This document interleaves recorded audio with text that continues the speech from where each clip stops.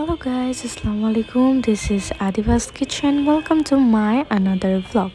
আজকে আমরা চলে এসেছিলাম মিরপুরাকে বাজার করতে। তারপরেই কিনে নিলাম মুরগি। এরপর মাছের সাইডে গিয়ে ইলিশ মাছের দাম শুনে আমার তো মাথায় হাত। তাও মাছ দেখে ভালো লাগলো বলে দুটো ইলিশ মাছ কিনে নিলাম।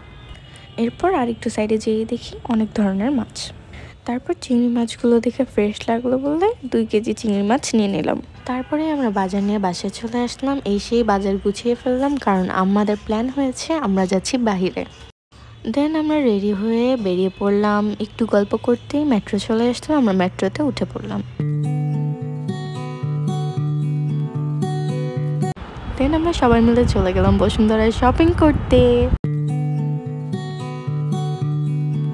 একটু সামনে যেতে একটি বেবি সেকশন চোখে পড়লো, যেখান থেকে আমার আম্মু আমার বেবিকে দুটো ফ্রক কিনে দিল।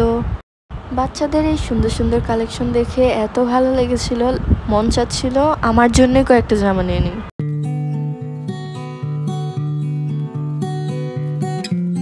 এরপর ঘুরতে ঘুরতে আমরা লাস্টে এই জামাটাও সিলেক্ট করে নিলাম।